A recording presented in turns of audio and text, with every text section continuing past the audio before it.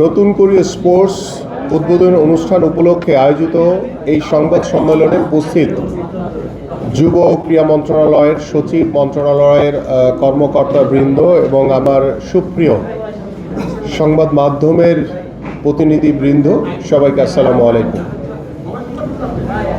আপনারা সকলেই জানেন যে আজকে সকাল থেকেই বা গতকাল রাত থেকে অনেক বৃষ্টি হচ্ছে এবং সেই বৃষ্টি ভেজা সময়ে আপনারা প্রিয় সাংবাদিক ভাইরা আজকে এখানে উপস্থিত হয়েছেন, এই জন্য আমি আন্তরিকভাবে আপনাদেরকে ধন্যবাদ এবং কৃতজ্ঞতা জানাই।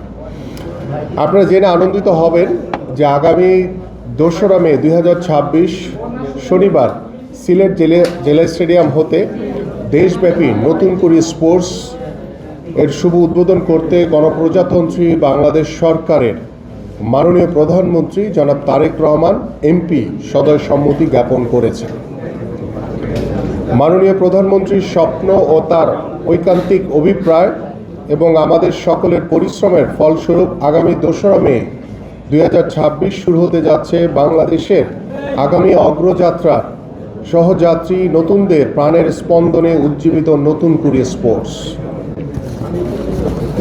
প্রিয় সাংবাদিক বন্ধুগণ, শহীদ প্রেসিডেন্ট জিয়াউর রহমান স্বপ্ন দেখতেন এমন এক প্রজন্মের যারা সুনাগরিক হিসেবে গড়ে ওঠার পাশাপাশি বিশ্ব মঞ্চে লাল সবুজের পতাকাকে উঁচিয়ে ধরবে।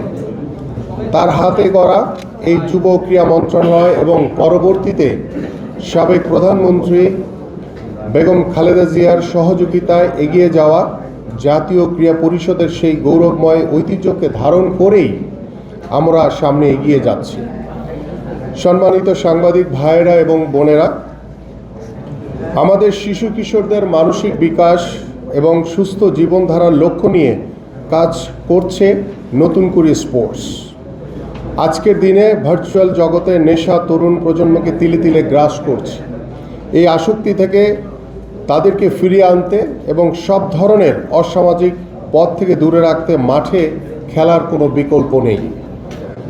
আমরা চাই অলসতার স্থবিরতা ভেঙে আমাদের সন্তানরা হয়ে উঠুক প্রাণবন্ত ও সৃজনশীল।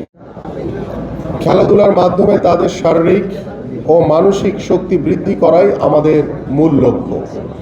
এই মহৎ যাত্রায় আপনাদের ইতিবাচক সহযোগিতা এবং প্রচার একান্তভাবে কাম্য।